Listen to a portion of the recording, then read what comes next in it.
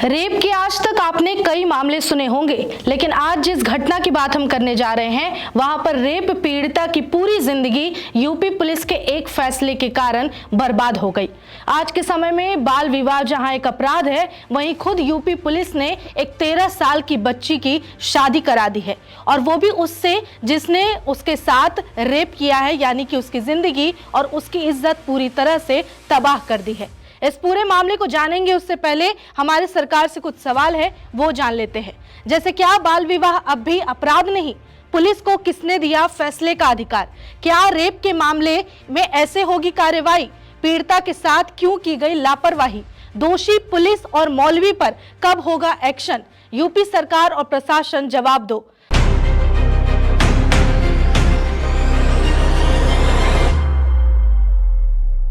आप देख रहे हैं हमारा खास शो जवाब दो, और मैं हूं आपके साथ निशा कश्यप। आप पूरे घटना की बात कर लेते हैं कि आखिर ये मामला कहां का है। ये जो घटना हम बता रहे हैं ये यूपी के देवरिया की है, जहां पर एक 13 साल की बच्ची जो 5th क्लास में पढ़ती है उसका रेप होता है। यहाँ पर ये नजर आ रही होगी बच्ची, वो वही रेप पीड़िता है जिसकी उम्र केवल 13 साल है, जो नाबालिग है और जो 5th क्लास में पढ़ती है। उसके साथ रेप की घटना को अंजाम दिया जाता है। दरअसल एक शाकिर नाम का व्यक्ति है, वो जबरन उसके साथ शारीरिक संबंध बनाता है, जिसे रेप भी कहा जा रहा है। शारीरिक संबंध क्यों कह रहे हैं वो आपको आगे बताएंगे। करता ये है ये आरोपी शाकिर की इस बच्ची को वो पहले तो खेत में जबरदस्ती उसे उठाकर ले जाता है, वहां उसका रेप करता है। रेप के बाद क्या करता है कि वो जब विरोध करती है बच्ची खुद के बचाव में, तो उसे बहुत बुरी तरह मारता पीटता है। मारपीट से भी उसका मन नहीं भरता, तो वो उस बच्ची का अश्लील वीडियो निकाल लेता है, रेप के दौरान की घटना को रिकॉर्ड कर लेता है, और उसी वीडियो के वायरल करने की धमकी के दे देकर उसे धमकी दे देकर बार बार उसका रोज शोषण करता है, रोज रेप करता है। और इस आधार पर वो लगातार महीनों तक इस 13 साल की बच्ची का रेप करता रहा। उसके बाद जब कुछ महीने बीत गए इस पूरे कांड को, लगातार ये बच्ची शोषित होती रही। कुछ महीने बाद क्या होता है कि ये जो पीड़िता है बच्ची 13 साल की 5th क्लास की, ये इसकी तबीयत अचानक खराब होने लगती है। उसके अलावा क्या होता है कि इसके बॉडी में कुछ चेंजेस आने लगते हैं, क्योंकि इसके साथ कंटिन्यू रेप की घटना को अंजाम दिया जा रहा है, ये वारदात इसके साथ हो रही है। उसके बाद फिर क्या होता है कि रेप पीड़िता जो है उसके बॉडी में चेंजेस आते हैं, तो ये परिवार वाले पूछते हैं कि आखिर क्या हुआ है। जब मेडिकल कराया जाता है तो पता चलता है कि बच्ची 6 महीने की प्रेग्नेंट है। सोचिए 13 साल की बच्ची, उसके शरीर पर या मानसिक तौर पर वो किस तरीके से वो गुजर रही होगी चीजों से कि वो 13 साल की उम्र में 6 महीने की प्रेग्नेंट है, एक बच्चे की माँ बन चुकी है। वो बता दें कि जब माँ उससे पूछती है कि आखिर ये क्या है, तब वो जो पीड़िता है वो अपनी पूरी आपबीती अपनी माँ को कह सुनाती है कि माँ, मेरे साथ शाकिर नाम का एक आदमी है, उसने जबरदस्ती मेरे साथ रेप किया, मेरी वीडियो बनाई, मारपीट की, और कहा कि अगर किसी को कुछ कहा तो वीडियो वायरल कर देंगे और जिंदगी खराब कर देंगे। उसके बाद क्या होता है, तब माँ को पता चलता है कि 6 महीने का बच्चा है। अब कॉमन सी बात है, जो साइंस कहता है कि 6 महीने के बच्चे को एबॉर्ट नहीं किया जा सकता, ना तो वो सर्जरी के थ्रू निकाला जा सकता है, और ना ही कोई पिल्स यानी दवा खिलाकर एबॉर्शन किया जा सकता है।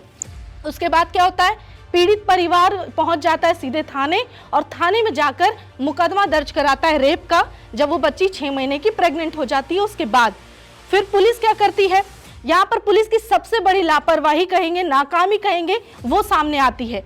दरअसल क्या होता है कि जब वहां रेप पीड़िता पहुंचती है और कहती है कि सर इसने मेरे साथ रेप किया है, तो वो क्या कहते हैं पुलिस वाले, वो उस रेप पीड़िता को कहते हैं कि एक काम करो बेटा, तुम्हारी तो जिंदगी खराब हो गई है, अब तुम शादी कर लो उससे। आरोपी जिस पे FIR ये करने पहुंचे हैं, मुकदमा दर्ज कराने पहुंचे हैं, यूपी पुलिस वहीं पर खड़े खड़े फैसला लेते हुए ये करते हैं कि इन दोनों का सुलह करा देते हैं। यानी कि एक रेप जैसी घटना जिस बच्ची के साथ हुई, उसका परिवार न्याय मांगने पहुंचा है पुलिस के पास, और वहीं थाने में वो आरोपी जो खड़ा है सामने उसके साथ सुलह की बात कर रही है। सोचिए कितनी ओछी मानसिकता है पुलिस की।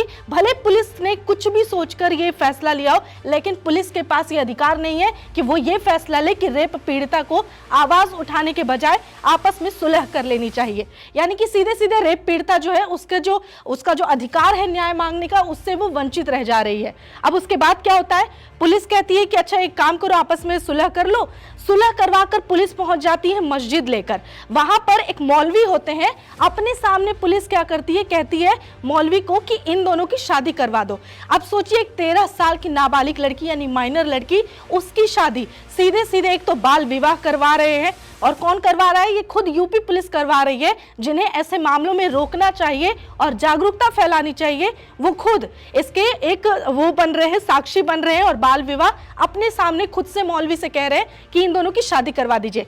अब देखिए ये जो तस्वीर आपको नजर आ रही है, ये वही मैरिज सर्टिफिकेट है जो उस मौलवी ने अपने सिग्नेचर के साथ, हस्ताक्षर के साथ इस बच्ची को दिया और कहा कि देखो अब तुम्हारा सर्टिफाइड हो चुका है शादी। यानी कि 13 साल की बच्ची की शादी हो चुकी है, अब वो भी मस्जिद में पुलिस की मौजूदगी में। उसके बाद क्या होता है, उसे मैरिज सर्टिफिकेट दे दिया जाता है। उसके बाद फैमिली को लगता है कि चलो कहीं ना कहीं शादी हो गई बच्ची की। उसके बाद पुलिस क्या करती है, इस पीड़िता को उस आरोपी के घर भेज देती है, जो महीनों तक खेत में ले जाकर इस 13 साल की बच्ची का यौन शोषण करता रहा। उसी आरोपी के घर पत्नी बनाकर इसे भेज दिया जाता है। उसके बाद क्या होता है कि वो जो आरोपी है, उसके घर में पहले से उसके 4 भाई होते हैं और वो क्या करते हैं कि अब सोचिए कि एक लड़की जो उस घर में आई है, कहीं भी शादी होकर कोई लड़की किसी घर में जाती है तो पूरे सम्मान के साथ जाती है। लेकिन अफसोस की बात यह है कि यहाँ पर ये पीड़िता है, वो भी रेप पीड़िता, और वो लड़की उस घर में बहू बन के आई है। तो सोचिए उस घर के मर्दों की कितनी गंदी नजर इस पे होगी। इसके साथ भी वही होता है, 13 साल की बच्ची को ऐसी चीजों से गुजरना पड़ता है जो रिश्ते को तार तार कर दिया जाता है। वहां पर ऐसी हरकतें उसके साथ होती है। जो उस रेप आरोपी के भाई होते हैं वो भी लगातार इससे शोषित करते हैं, प्रताड़ित करते हैं, गंदी गंदी गालियां देते हैं। सिर्फ क्यों? क्योंकि तुम इस घर में बहू बन के नहीं आई हो, इसलिए आई हो क्योंकि तुम्हारे साथ मेरे भाई ने रेप किया और तुम मेरे भाई के बच्चे की माँ हो। और इसी वजह से इसे बहुत कुछ उस आंगन में भी झेलना पड़ता है। सोचिए बाहर तो जो हुआ सो हुआ, अब घर के अंदर भी एक 13 साल की बेटी के आबरू पर रोज हाथ डाला जा रहा है, उससे रोज नग्न किया जा रहा है, सिर्फ एक गलती की वजह से, क्योंकि यूपी पुलिस ने इस बच्ची की शादी करा दी है।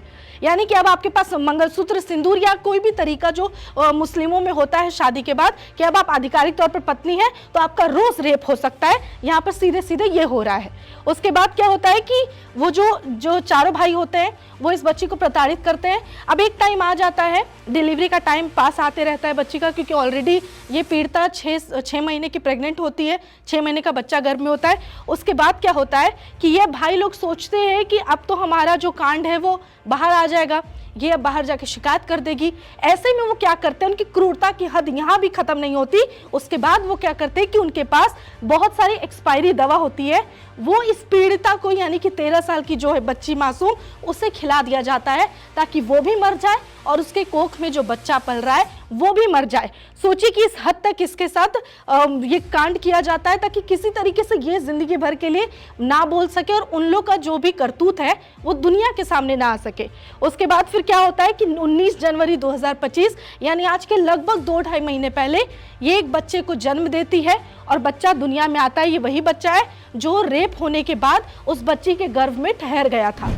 अब जब इस पीड़िता के साथ घरेलू हिंसा का मामला तेजी से बढ़ने लगता है, इसे रोज प्रताड़ित किया जाता है उसी घर में उसके भाइयों द्वारा और साथ ही उसी रेपिस्ट द्वारा, तब जाकर ये जो पीड़िता है वो अपने घर आती है, अपने परिवार को बताती है कि मेरे साथ ऐसा ऐसा हो रहा है। और उसके बाद फिर वो लोग दोबारा थाने पहुंचते हैं। दोबारा जब थाने पहुंचते हैं तो उसका परिवार जो ही पीड़िता का है वो कहता है कि सर आपके कहने पर हमने शादी करा दी, लेकिन अब वो एक पत्नी का जो उसका अधिकार है, वो सम्मान है, वो आरोपी जो है रेपिस्ट वो नहीं दे पा रहा। उसके भाई भी मेरी बेटी के साथ ये हरकत कर रहे हैं। अब आप बताइए हम कहां जाए। अब पुलिस इस पे क्या टेक ले रही है? एक तो इन्होंने शादी करा दी, उसके बाद अब ये कह रहे हैं कि मामले की जांच करेंगे। अफसोस की बात है, यही सिस्टम का लूप होल है कि अगर पुलिस उस समय कार्रवाई को आगे बढ़ाते हुए अगर वो कामचोरी नहीं करती और उस समय FIR करके सख्ती से जांच करती तो शायद ये आरोपी का मनोबल इतना नहीं बढ़ता और इस बच्ची के साथ जो हो रहा है वो नहीं होता।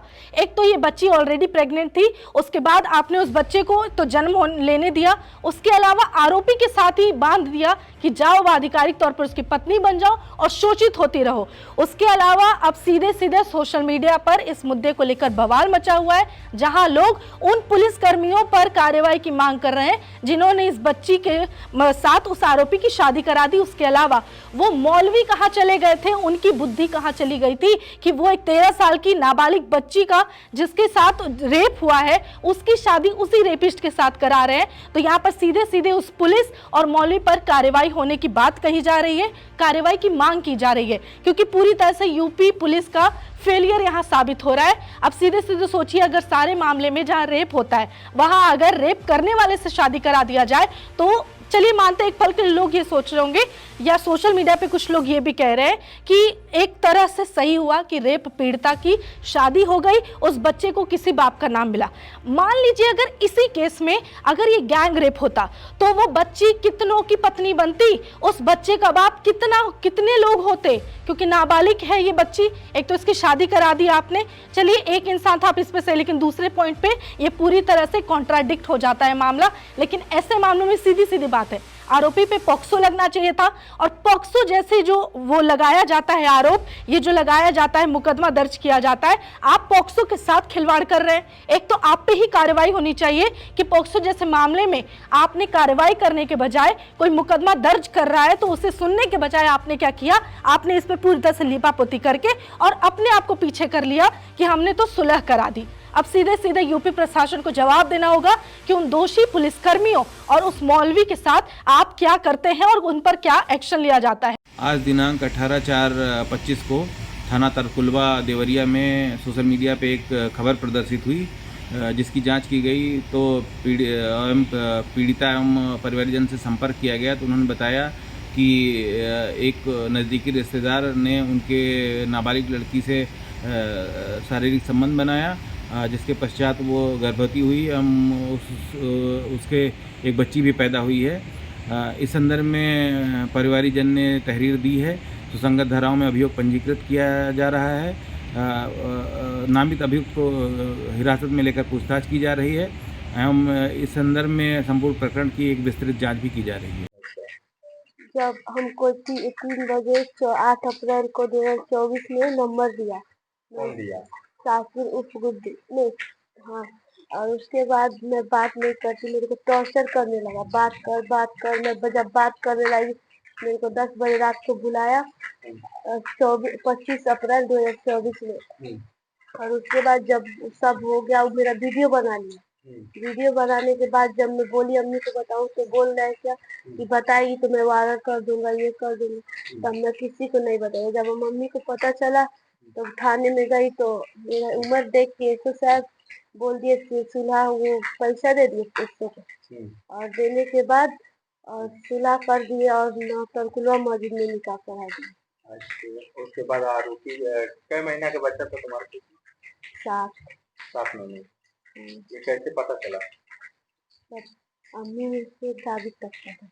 अच्छा, तो इसकी सूचना किसको दी थी? वो जानता था। वो बोला किसी को थाने तो गई तो क्या कहें लोग?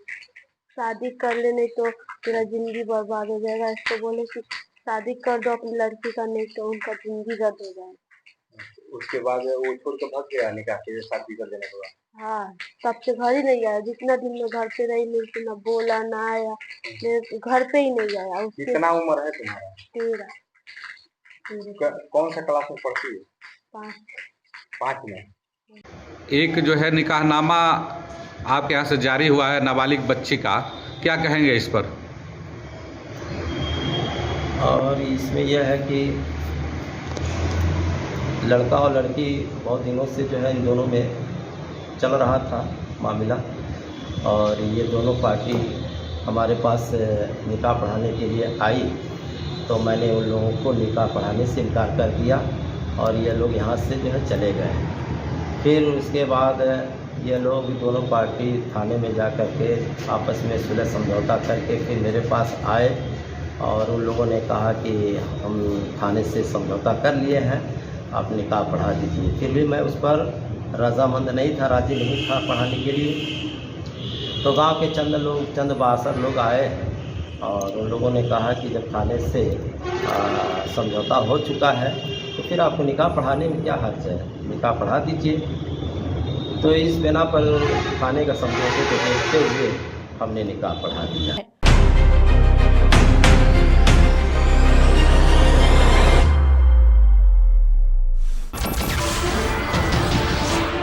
नमस्कार, मैं हूं मानक गुप्ता।